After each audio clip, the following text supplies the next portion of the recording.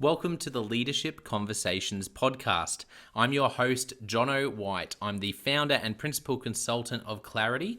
We are an Australian-based consultancy that works with leaders around the world, and our passion is to invest in people to become everything they're meant to be in order to fill the world with healthy organizations that people love to work for and customers line up to buy from. The goal of this podcast is to invest in you and your leadership.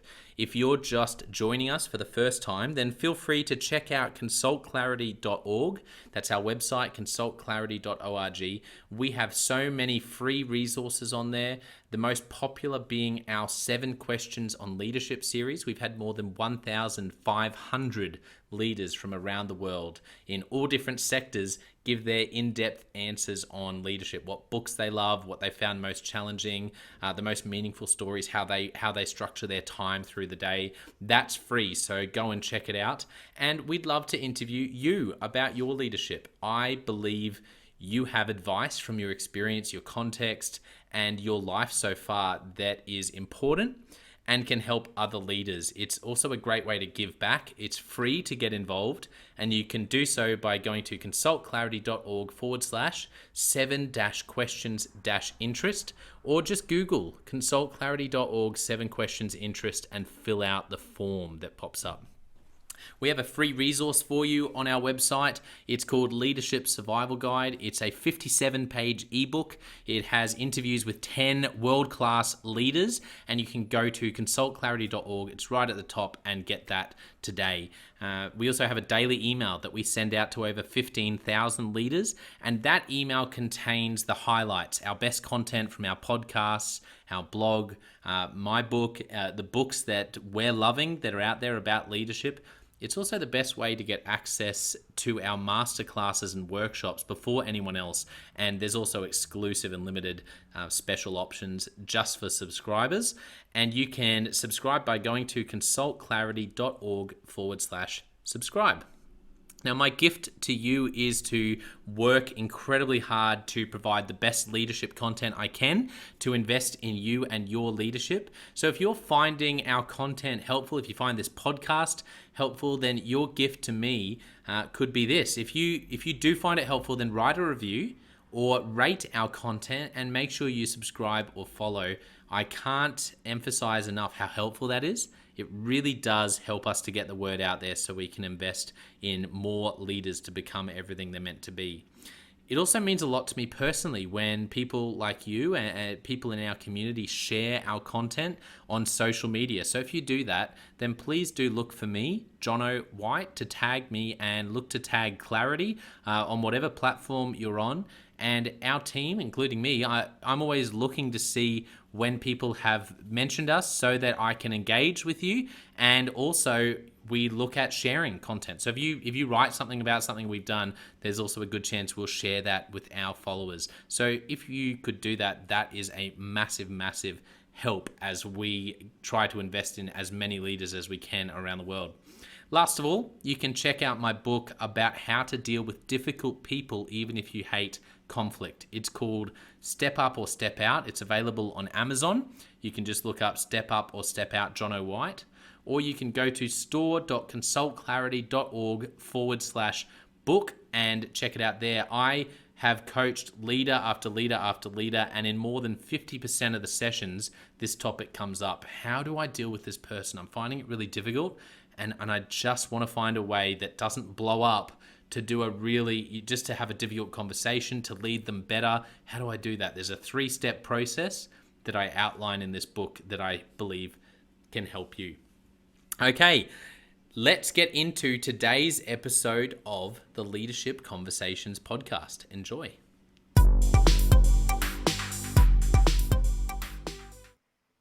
Welcome to another episode of the Leadership Conversation podcast.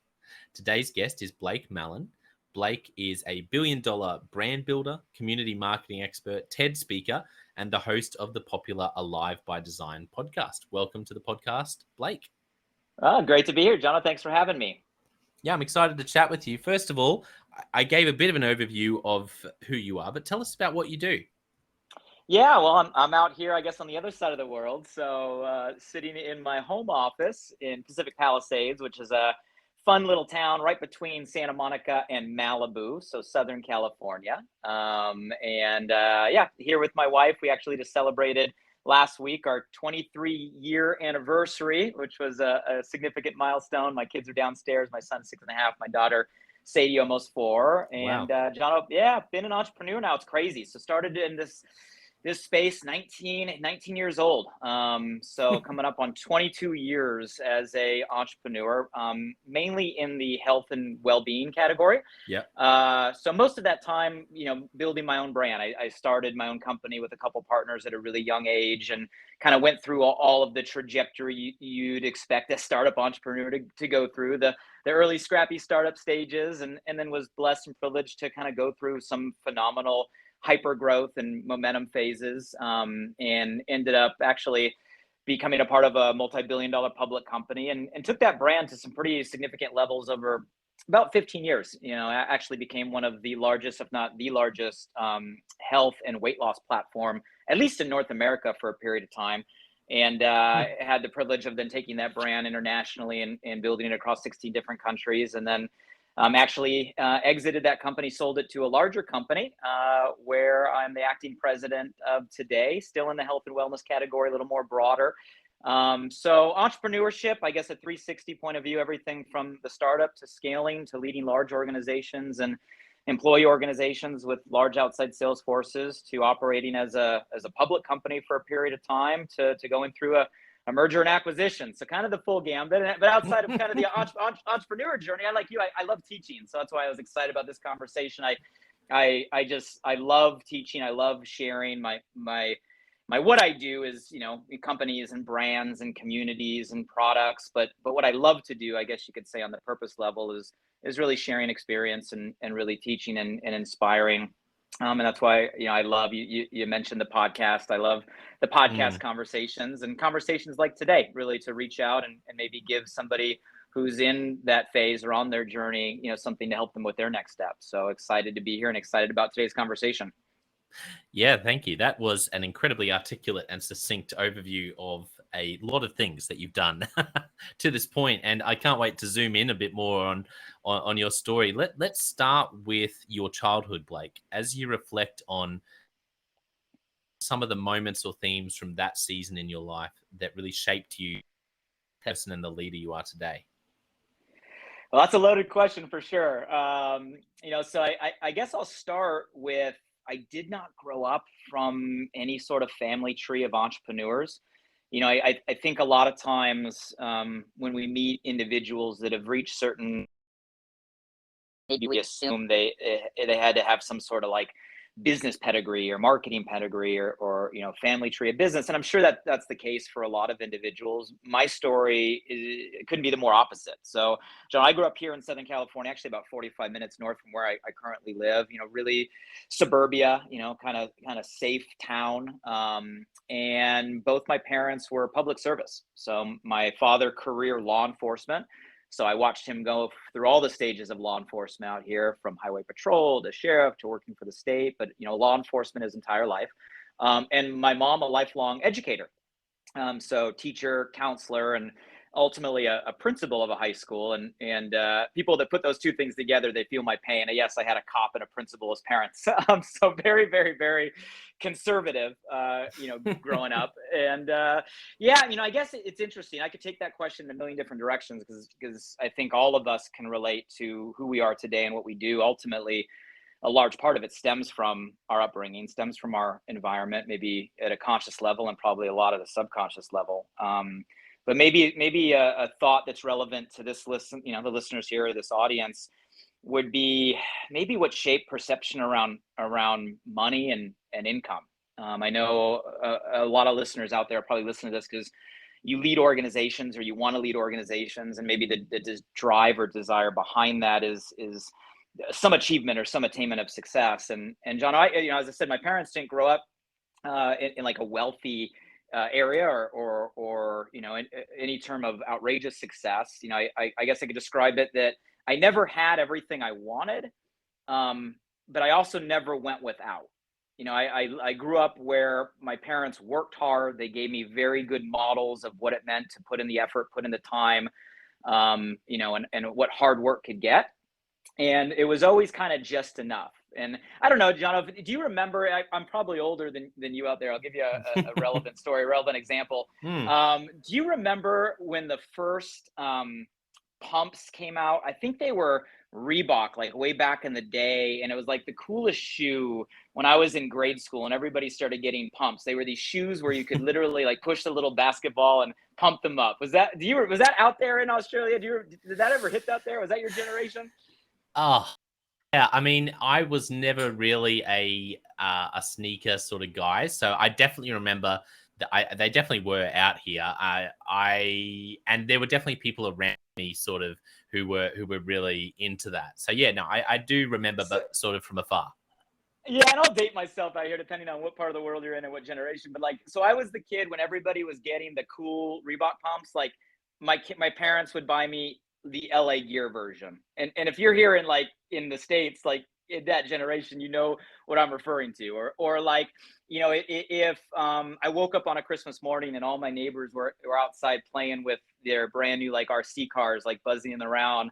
I remember walking up the street and mine was the small one that had the cord attached. Like I could go story after story where it was like I just had enough, but it wasn't what everybody else had. And you know, I remember growing up wanting the things, right, that the people around me had. And I also remember, while my parents are, you know, have a great relationship, they're still together today. They're still married.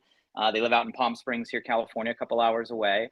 And, you know, the thing that I do remember growing up, the only time that they ever fought, and I can remember this as far back as I can remember, the only time they would ever fight, I remember going to bed, having to shut my door, and I would hear yelling coming from downstairs. They would go into the wee hours of the night, and I'd sit there and curl over and try to put the pillow over my head and tune that out. No kid wants to hear their parents yelling and fighting and screaming over anything. But I remember very distinctly noting that the only time they ever fought, it always seemed to be about money, right? Or about never having enough. And I remember making a decision at a very young age that I never wanted to be in a position where money was an issue in my household, where money was a point of contention or conflict, where you know money was something that would get in the way of the greater things. So I remember that very vividly. And again, I go there. There's so many memories because Hmm. I think that's something that ultimately shaped maybe the direction that I went to, especially the first half of my life, really chasing achievement. Um, and you know, I guess maybe one other story that might be relevant and maybe set the tone for where we want to carry the conversation. And I'll piggyback off the fact that, you know, I said my dad was a cop. He was career law enforcement. And I don't know how the police officers or the law enforcement out in Australia are, but it's pretty consistent here in the States, that police officers, they're trained. I mean, they're literally conditioned to question everything and everyone, to doubt everything and everyone, kind of the glass is half full mentality. Or out here, we have a saying that it's kind of like Murphy's Law. And I don't know where that saying came from, but Murphy's Law basically is the belief system around anything that can go wrong will go wrong. And I don't blame my dad for having this mindset because in law enforcement, that saves your life. That's what makes you a great police officer. Like you're around people in situations where your senses have to be up and you have to question and you have to doubt and you have to be ready for what could come around the corner. But I remember him always bringing that mentality or that mindset home. And it never turned off. I mean, it ultimately was him or became him. And I guess to answer your question more succinctly, a story. I remember we were leaving for a family vacation, and our family vacations that age, there was always camping. We never went super extravagant places, but we'd go camping a lot. Great family time. And I remember my dad running around the house, unplugging all of the lights and then unplugging the toaster. And I remember asking him, like, Dad, why are you unplugging all of the lights and unplugging the toaster? And he would tell me, well, because he didn't want anything to happen when we were gone, and you know, the electricity to do something and something to catch on fire and the house to burn down. And I use that as an example of a mindset that I watched him apply to so much of our life, that anything that can go wrong will go wrong. The glass is half full, that the world is out to get you. And I remember being very young and watching how that shapes so much of our environment and that our household. And the scary thing, John, I watched it a lot of times, like the things that he would stress about and worry about would come true. And I don't know, I can't say this was like a conscious effort when I was young, but through personal growth and looking back, I think it was a huge part of what shaped my life. I remember making a decision, conscious or not, that I would never operate that way. And I must have rebelled, because I ended up literally developing a mindset that was like the exact opposite. You could call me the optimist, right? You could call me naive. I'm the guy that is positive. I'm the guy that everything's going wrong and I'm going to try to find the light. Like, that is my mindset, not fabricated or made up or trying to feel good. Like, that's the mindset that I've always had. And I think if I were to really reflect and go back, it was because I watched my dad and I said, that's what I don't want to be. And like we do as kids, often we either become who they are or we become the opposite of who they are. And I think those two things, kind of were foundational in terms of a mindset or a belief system, a foundation around money that kind of pushed me into this. Hey, this will never be an issue in my household. And a mindset around, you know what, we can choose a belief system. We can choose what we focus on. And, I've always decided to choose on, people are good, right? Things do Yeah. work out. Things are happening for a reason. And I think those belief systems have worked for me. Yeah, thank you so much for sharing so vulnerably about that. I really do appreciate. The question that pops into my mind, Blake, is with that upbringing around money. I'm always fascinated by the moment, or maybe it's not a moment, maybe it was a time frame where you felt like, because it's always one thing to believe that, it's always one thing to believe money's not going to limit me, but I think there must be a moment where you go, oh, I feel like kind of like I believed that, but now it's true. Do you remember that first? Do you remember when that sort of ceiling was for you, where you sort of were able to sort of break free of uh, some of that thinking, or go from just believing that you didn't want money to be a limitation to it actually a moment in your life where you felt like, okay, I've actually made it, or I'm making it? Yeah, I think from the very beginning, I never doubted that it would come. And don't misunderstand me, John. I'm not saying I had a lot or started with a lot. My story, I started as an entrepreneur when I was a freshman in college from a dorm room. I was putting myself through college on student loan money, right? I didn't come from or have a lot, and I, even during those times where I didn't have, and I was your typical college student, right, figuring out where you were eating or where food was coming from.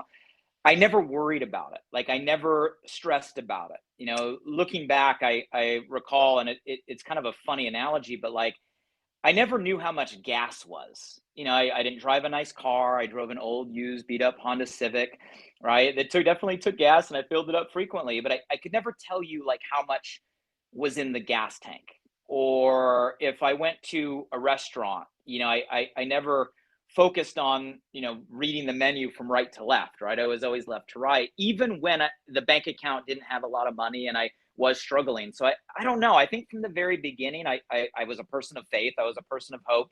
And I believe that if you do the right things long enough and you put in the work, and you come from the right intention, eventually, and I guess the key word is eventually, it is going to work out. I think too often we are so hard on ourselves that if it doesn't work out today or this week or this month or this minute, we beat ourselves up and we feel like we're failures. But if we give ourselves the grace of a long-term perspective, that if you put yourself into something you believe in, give it all you got consistently, and you do it long enough, right? Long enough, I think we'll find that you're always going to figure it out, and you're always going to get to a place where it works. At least that's been, my story up until that date. So I think looking back, I've always had, that belief, if that answers your question. Yeah, it definitely answers my question. And I think that's you hear, like, I've heard other stories where people were fighting that, like where it was something instilled in them and they always had to fight against it with almost by telling themselves, I will not let this.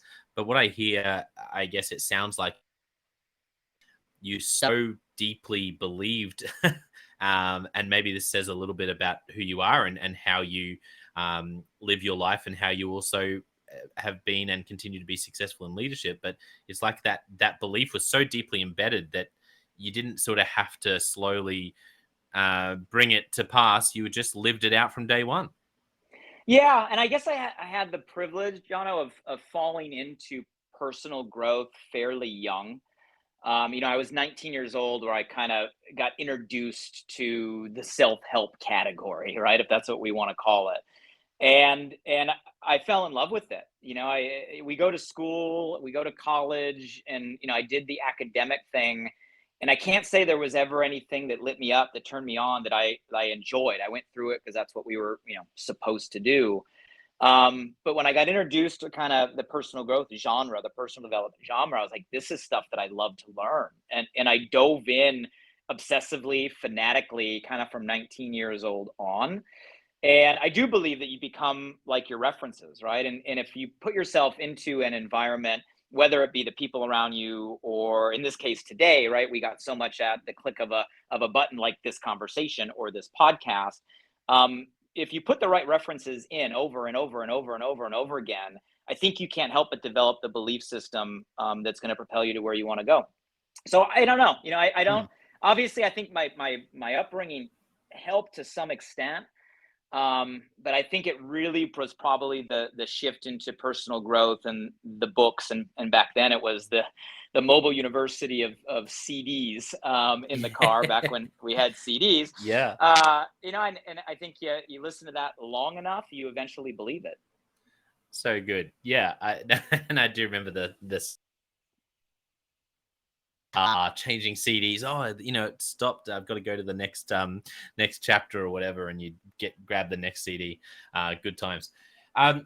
So I'm interested to know about 19-year-old Blake. That first entrepreneurial experience. For you, was that your first sort of entrepreneurial experience, or was there entrepreneurial Blake previous to that, where you started anything else when you were younger? I think that would classify as my first real entrepreneurial experience. I look back and I joke, and my mom brings this stuff up because I forget this stuff. But like if we go real way back, in elementary school, I remember making beaded bracelets and selling them to the kids at recess in fifth and sixth grade. Or, my friends and I ended up having a little thing in middle school where we would, buy candy at the movie theater in bulk and sell it during intermissions to the kids. I mean, little things like that. I think it's funny if you look back as entrepreneurs. I think all of us could probably find little nuances that say, hey, well, maybe this pointed in a direction. But no, I mean, the first time I really made the real leap was 19. I was a freshman in college, and I got started really just as an outside sales representative of a telecommunications company. But it was structured in a way that really I was independent, and I didn't have a direct boss or a ceiling, and was able to put in my effort and generate a result. And that's where, again, I it wasn't necessarily the business or the vehicle that I loved, but I fell in love with the learning of what it Yes. meant. And Yeah. it became the real school. While I was going to school during the hours, right, thinking I was going to become a lawyer and getting my degrees and so forth, what I was really doing is going to real school in the evenings and on the weekends, and in my car, in the category that I was passionate about. So Yeah. that was where it started. But I guess you're talking about a moment of 19-year-old Blake. I do remember the moment that was kind of like that aha, or that, I call it like that shift. Um, and it was the summer of my sophomore year in college. And I went to school down in San Diego, but I came back home for the summertime, and I was interning for a district attorney up in Ventura, California. And the reason I was interning for a district attorney is I thought I wanted to be a lawyer. And again, I felt growing up that in my family, like, you were either a lawyer or a doctor or a failure. I don't know where that came from because I really don't think my parents were that strict. But that was the weight I put on myself, or the Yeah. weight that I felt was put on me by others. And I hate blood. So I thought I was going to be a lawyer, and that's what I was going to school. I went to school. And I have degrees in political science, public law, psychology. And what do you do when you're going to school is you got to build the resume, right? You got to build Yeah. the resume. What's going to separate you from everyone else? And so I was interning for this district attorney for no other reason than to build the resume, because that's what we're supposed to do, right? In order to graduate and go to the law school, et cetera, et cetera, et cetera. And I remember just a day I was so miserable. It was hot. I was in this like cheesy white dress shirt and tie and JCPenney pants that I was wearing every day. And I was literally filing giant manila envelopes. Like the picture you would imagine of like lawyers in a room of floor to ceiling shelves filing envelopes of dockets and cases. And this is what I was doing as an intern. And I was just like frustrated. My friends were out having fun. They were out surfing. They were enjoying their summer. And I'm here doing this because, again, this is what you got to do to get ahead, right? Or so I'm thinking.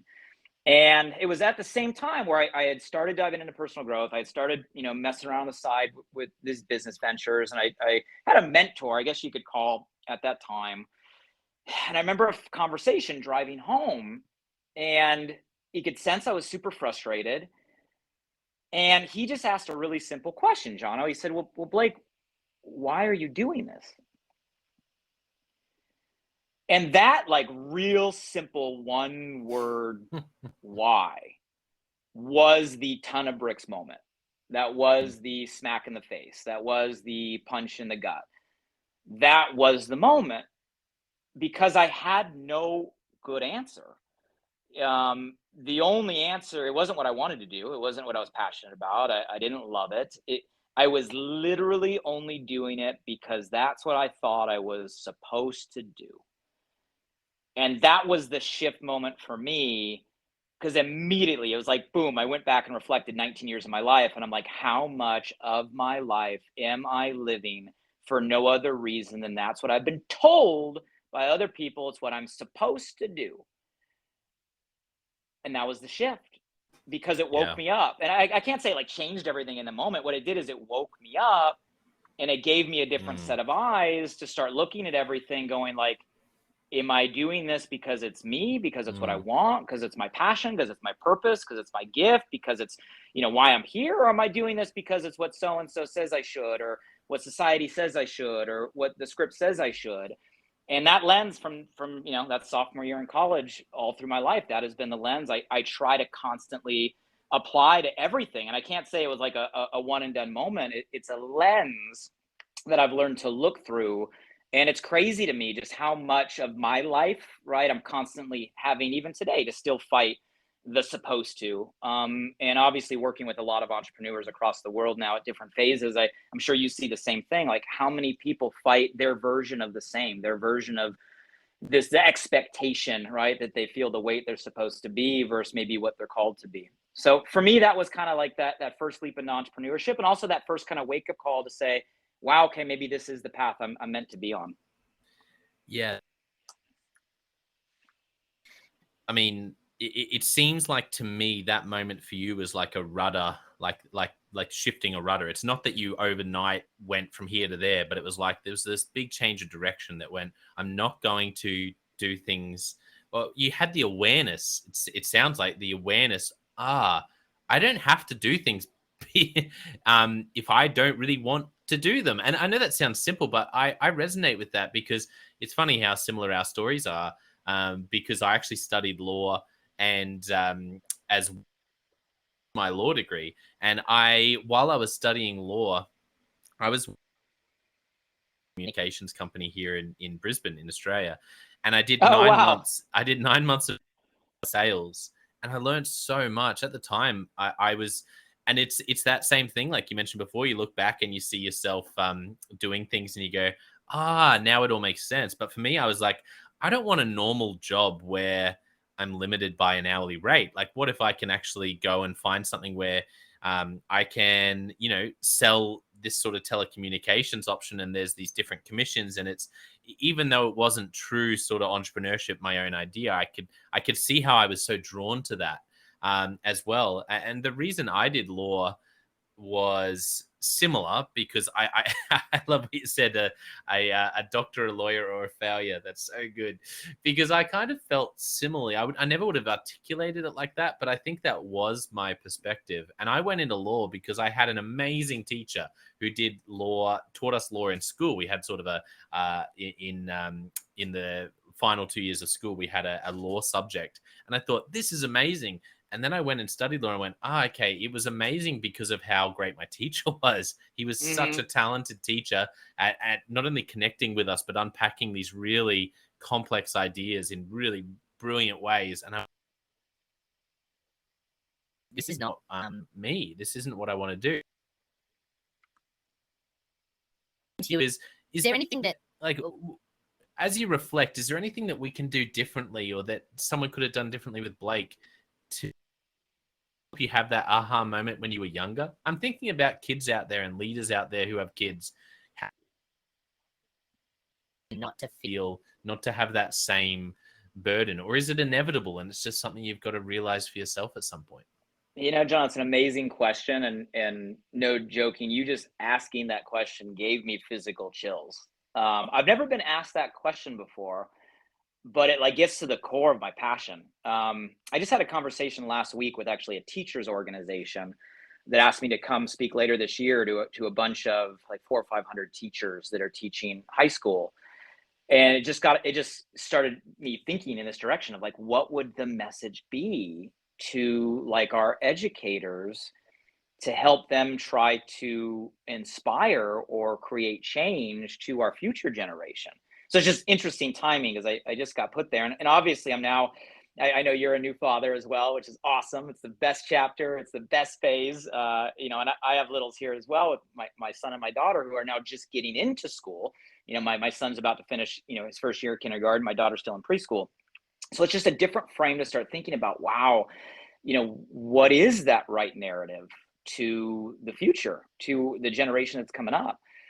And I can't say I have the silver bullet answer, but I could say I think it's in the direction of stopping our need to put people in a box or a mold.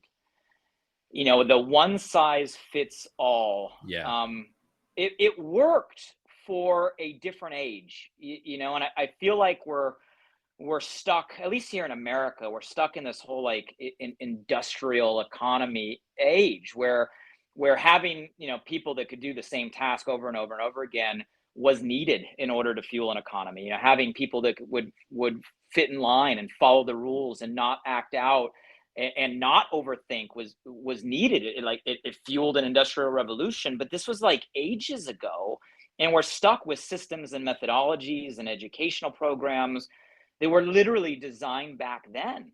And it no longer works. Matter of fact, quite the opposite. Like, I think the world that we live in today, it is the opposite. What we need is creativity. What we need is authenticity. What we need is people to not be afraid to be themselves and show their gifts. And diversity today is the superpower.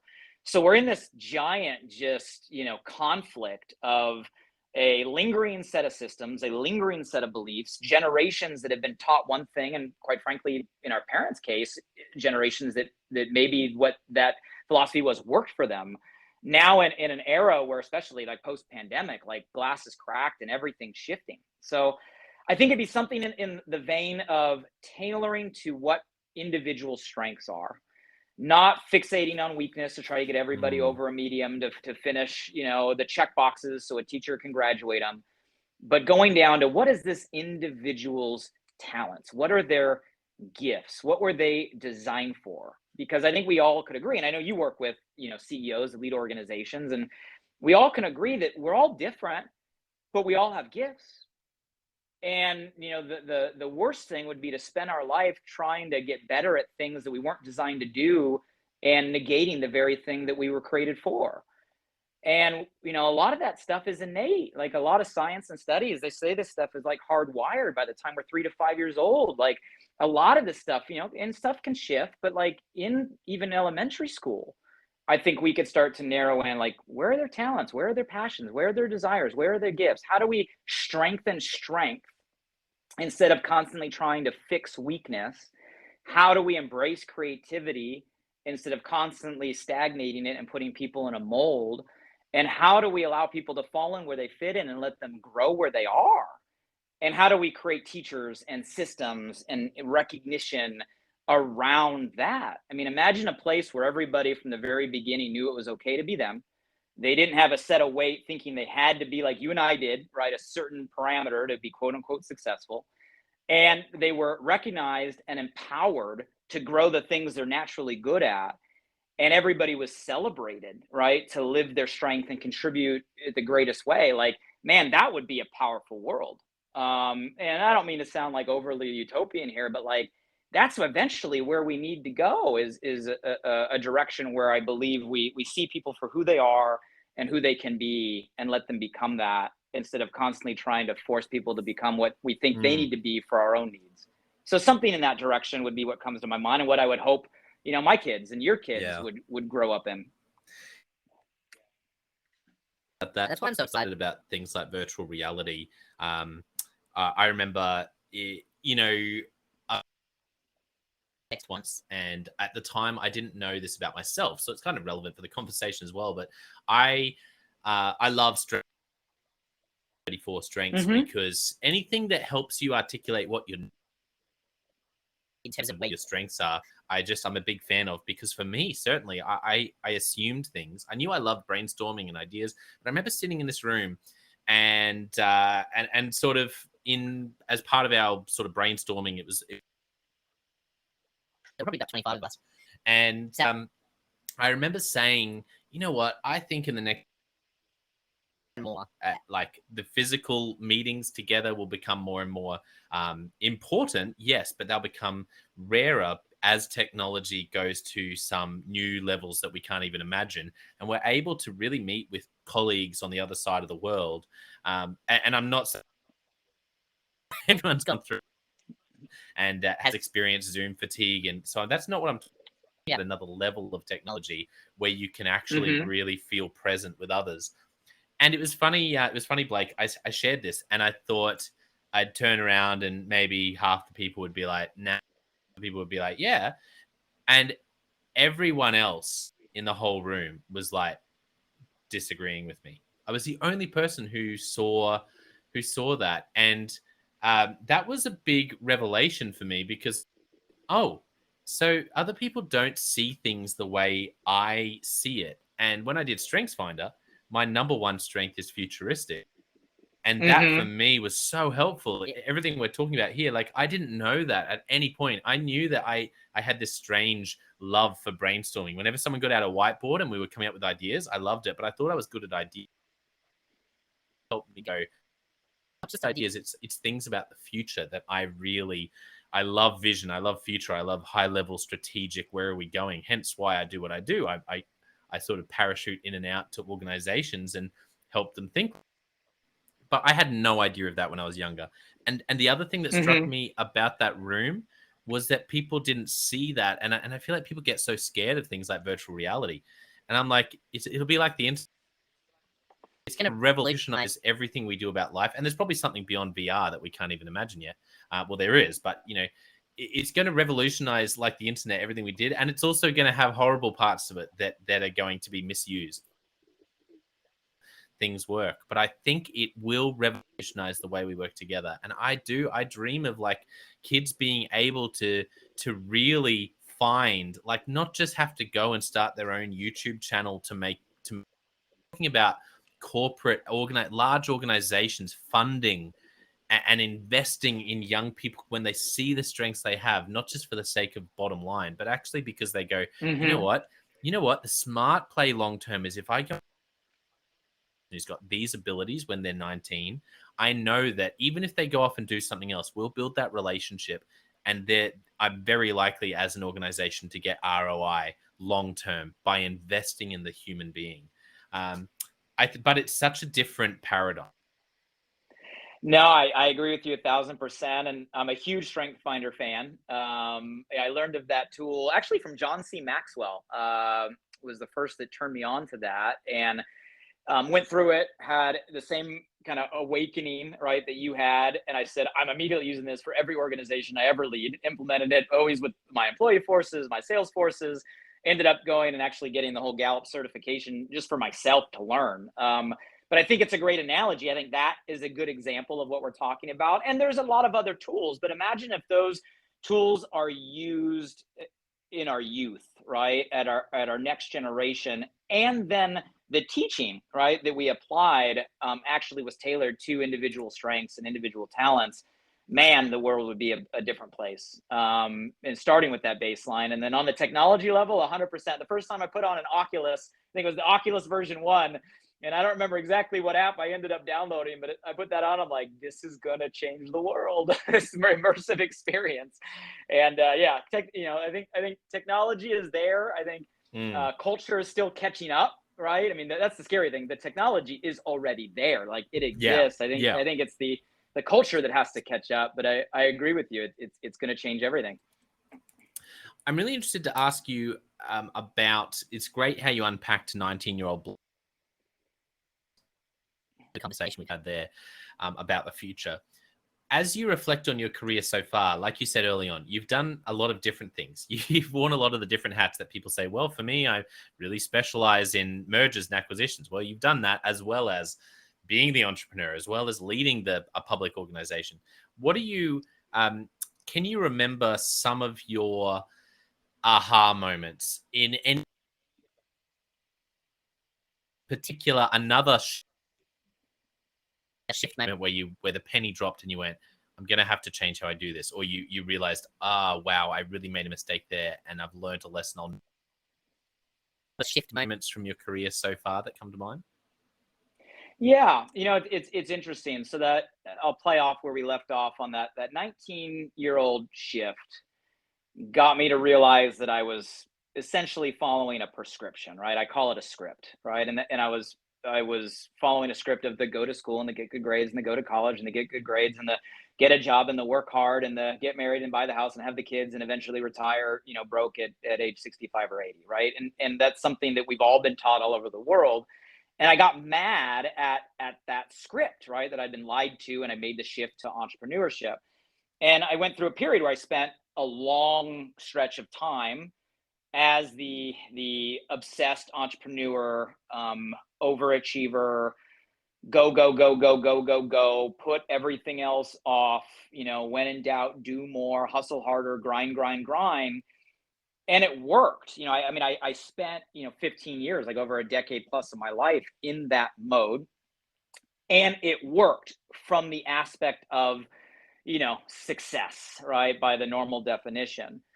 And I did. I ended up my company. I remember I was 31 years old, John. I let my company pass its first billion in revenue. It ended up our platform that started as an idea that I named in a college dorm room. Ended up we put 3 million people on the platform. It ended up doing billions of sales, and I say that just to create the context or the perspective of, okay, got to this level.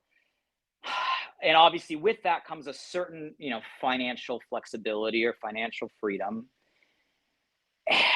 And I remember getting to a point where I'm like, damn, like you're doing the exact same thing in a different way. You're following a different script.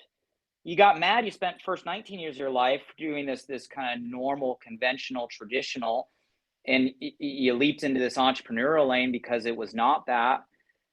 And then I realized I spent the next part of my life chasing this success script, this do more, have more, achieve more, and eventually when you get to the end of all of that, you're supposed to be happy. And Jono, I'm not going to call it the end by no means. I mean, there's people all around me that dwarf what I have ever done and will ever do. But I got to a certain point where I had the things that I thought I wanted. I had the things that most people would say are quote unquote success. I had the things that 19-year-old Blake would spend his weekends drawing in dream circles and cutting images on the magazines and putting them on the dream boards. And I got to a place where I had all of that, and it still wasn't enough. Like, it's still like I wasn't happier, right? And don't get me wrong, and some people listening to this, it's like, well, that's easy to say when you have it. I've heard that before, but hear me, regardless of where you're at on the journey right now.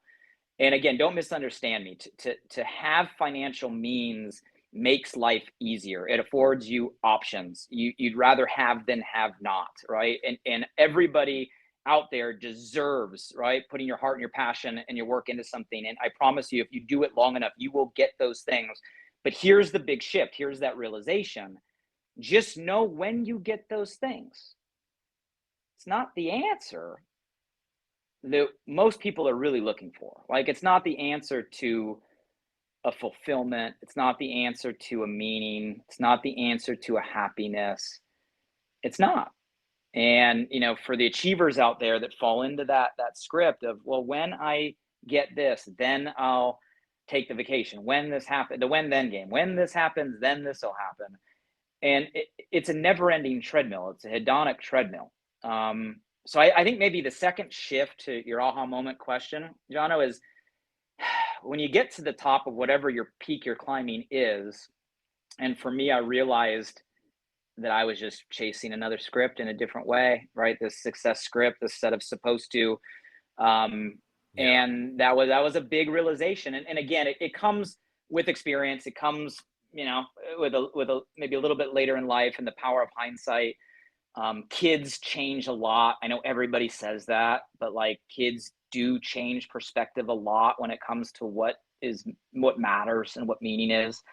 But for me, that would probably be the second big shift is checking off the boxes and realizing that it wasn't going to give me what I thought it was from the 19-year-old Blake, and setting the stage for, you know, the rest of my life, for what the next chapter will be, if that makes sense. Yeah. What advice would you give to leaders listening who feel they're nodding along going, oh, maybe I have bought into that? What advice would you give to people who want to get free of that second shift, like stop saying the when, the living the when I or when success trap? How can people do that? You know, I think we have to, just like we had to throw out the notion of both of our first part of life of what it meant to be successful, and that had to do with the lawyer, the doctor, the grades. I think we have to throw out the notion of whatever our current definition of success is that's driving us to do those things. And we have to ask ourselves the real question. Forget what we've been told, forget what we've read, forget what the you know, influencers on Instagram, right, are telling us, or the advertisements that are bombarding our feeds are telling us what to think, and go inward and ask, like, well, what's really important? Like not what is success in business or what is success, right, in finances, but like, what is success in life?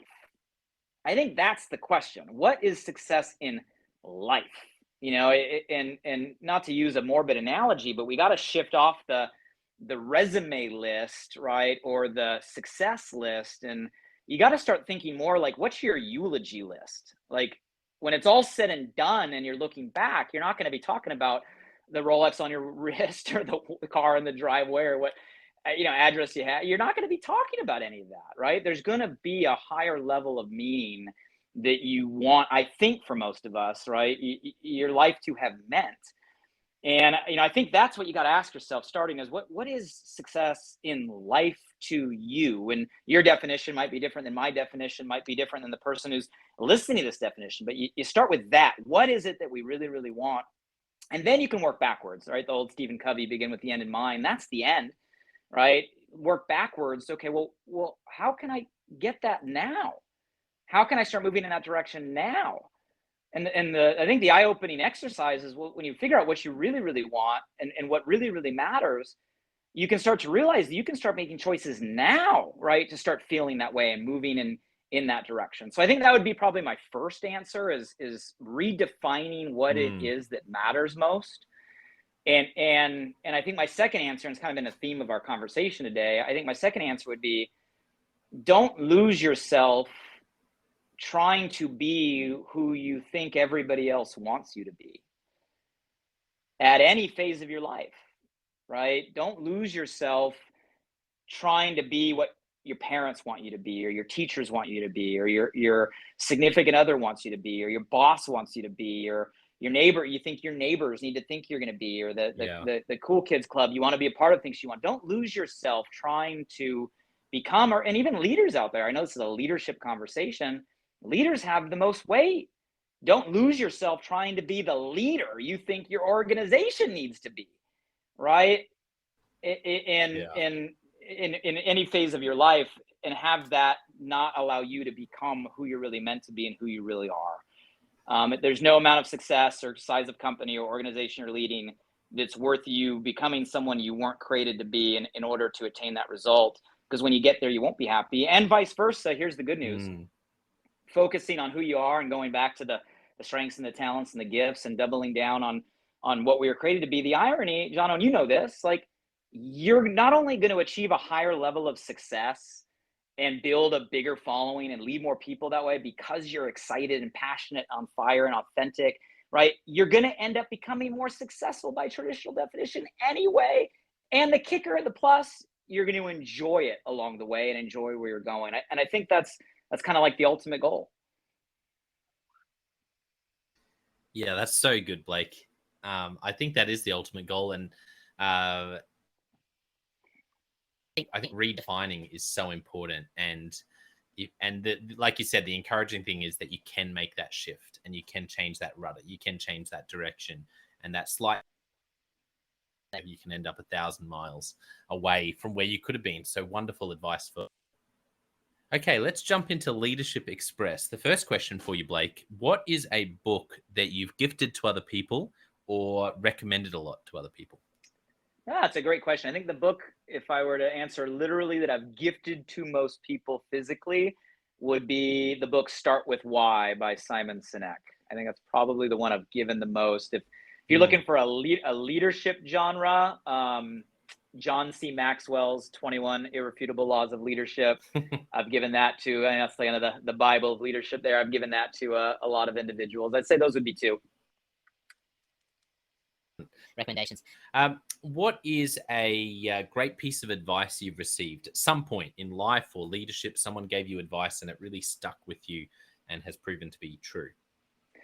It's a great question. I'll go with some advice I got more recently, like over the last year. And I was having a conversation with, I guess you'd call him maybe my spiritual mentor. He's a close friend, someone I meet with, every few months, just for kind of casual conversation. It's always inspiring. And, his background, he's a large kind of spiritual leader. And we were just talking about how everybody was just in a funk coming out of pandemic, with so much going on and just so much weight. And he said something to the like of like, when it comes to our potential is not defined by what we achieve. Our potential is defined by what we overcome. And Jono, that stuck with me really, really hard. We've talked a lot about kind of the achiever mindset, and there's probably a lot of us out there that are the strivers, are the achievers. And we do that long enough, we attach like our identity to the milestones or what the next victory is or what the scoreboard reads. And, really it's not about any of that, like who we are, our identity, our potential. It's not about the milestones. It's really about what we overcome. And I think that's a relevant message for now, because the world's been through a lot. So many of us have been through a lot. So many of you out there, I'm sure, over the last couple of years have been through a lot. And you look at how far you've come, and what you've been through, and the person you are today versus the person you were when you started. And I'm willing to bet all of you're stronger because of it, right? You're better because of it. You have more experience and wisdom because of it.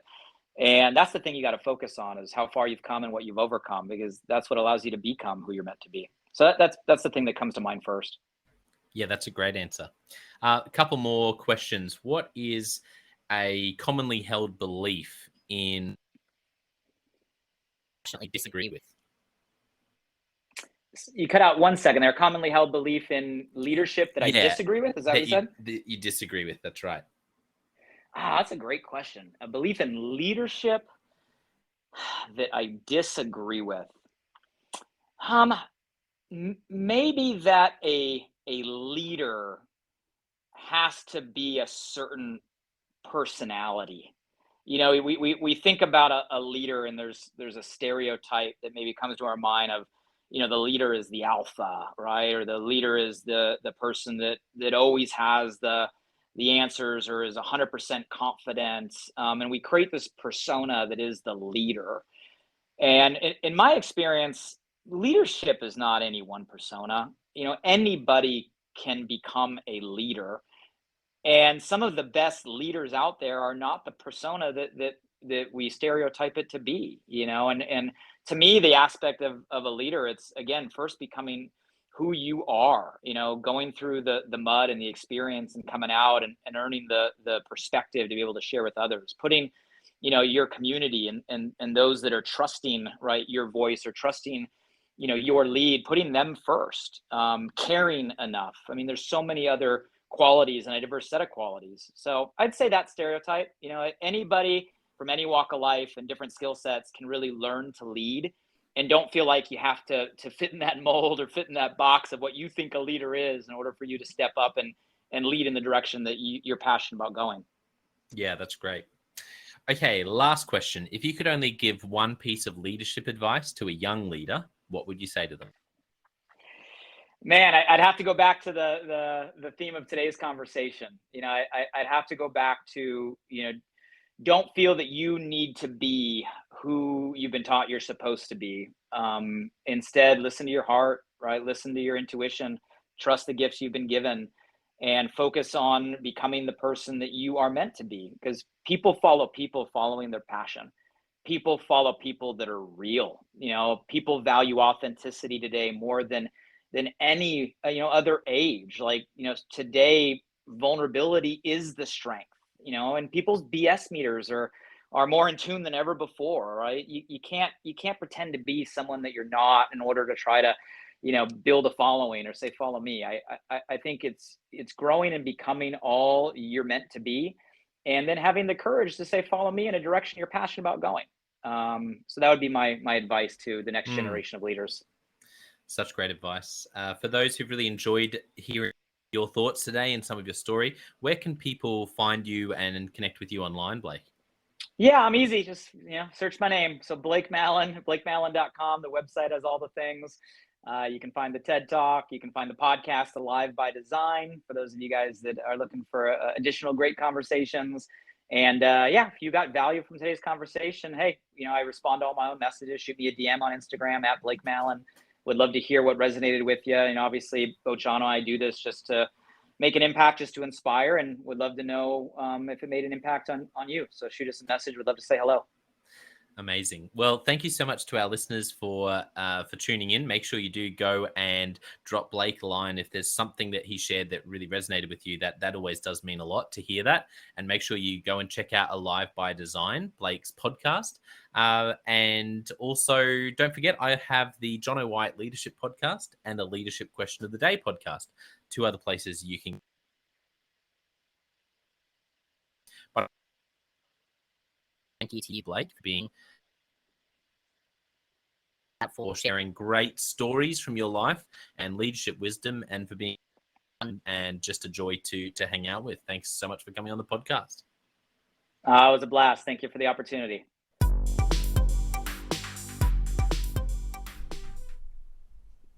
Well, I hope you enjoyed that episode of the Leadership Conversations podcast as much as I did.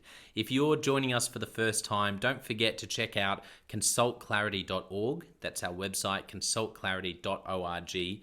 We have so many free resources on there, including our 7 Questions on Leadership series. We've had more than 1,500 leaders from all over the world in all different roles, in different industries, answer these 7 questions on leadership, and leaders give these in-depth answers around how they spend their time, a book that's been significant for them. It's just a gold mine. It's completely free to access, so go to consultclarity.org and look for that. We'd also love to interview you about your leadership. I believe your experience, your life, your context means that you have advice on leadership that other leaders can learn from. Yes, you, if you're going, not me, well, no, I really believe you would have something to add. So if you're looking for a way to give back, it's completely free to get involved. And we would love to interview you through the 7 questions on leadership. You just go to consultclarity.org/7-questions-interest, or Google consultclarity.org 7 questions interest and fill out the form and get involved. We have a free resource on our website called the Leadership Survival Guide. It's a 57-page ebook, 10 world-class leaders giving their thoughts on leadership, and that's completely free. It's available on our homepage, consultclarity.org, right at the top, so make sure you go and get that and download it today. And we have a free daily email that you can subscribe to. We send this out to over 15,000 leaders from around the world. And it contains the highlights of content from our podcasts, our blogs, our books we're reading. It's got the best content, and it gives you exclusive, limited, early access to our masterclasses, workshops, new products, special offers. It's all for our subscribers. You can go to consultclarity.org/subscribe and join 15,000 other leaders. And you know, my gift to you is to work really hard, particularly through the Leadership Conversations podcast. I have been blown away by the quality of the leaders, and I'm learning as much as anyone in doing these interviews. So I'm having a great time. And my gift to you is to keep lining up the best leaders I can to invest in your leadership. Your gift to me, if you're finding this helpful, there is something that you could do that would help us out massively. And that is to write a review and to leave a rating for our podcast or wherever you're watching or listening to this. I can't tell you how much that helps us out. Also, subscribe or follow. It really does make a difference in helping us to help more leaders become everything they're meant to be. Another thing that means a lot to me personally is when I see our community share our content. So if you do share this or any other piece of content on social media, then thank you, and please do that. And look for me, Jono White, or Clarity, and tag us in your post. Our team is always looking for posts to engage with from our community, and there's also a chance that we'll share your content to go beyond and share it with our followers. Last of all, you can check out my book. It's called Step Up or Step Out: How to Deal with Difficult People Even If You Hate Conflict. I wrote this book because 50% of the coaching sessions I have with leaders, this topic comes up again and again and again. And it's this idea of, how do I have this difficult conversation? How do I lead this person better when I'm finding them difficult? Or in some cases, you look and you say, I think I might be leading a difficult person. They're just quite difficult to lead, or I'm finding them quite difficult to lead. So there's a 3-step process that I unpack in Step Up or Step Out. And the amazing thing, and I've literally done this myself, and I've heard it anecdotally from other leaders as I've coached them, is that if you follow this process, you will see that person step up and change their behavior or make a decision, which is to step out some of the time. 95% of the time, people will step up or step out in just 4 weeks. And I stand by that. It's you have to read the book to understand, but I really do believe in it, and I've experienced it firsthand. It works. So you can go to Amazon, look up Step Up or Step Out Jono White, or store.consultclarity.org/book. Well, thank you so much for listening. We're going to be back with a new episode next time of the Leadership Conversations podcast. And I hope today has helped you to take another step towards becoming the leader you're meant to be. See you next time.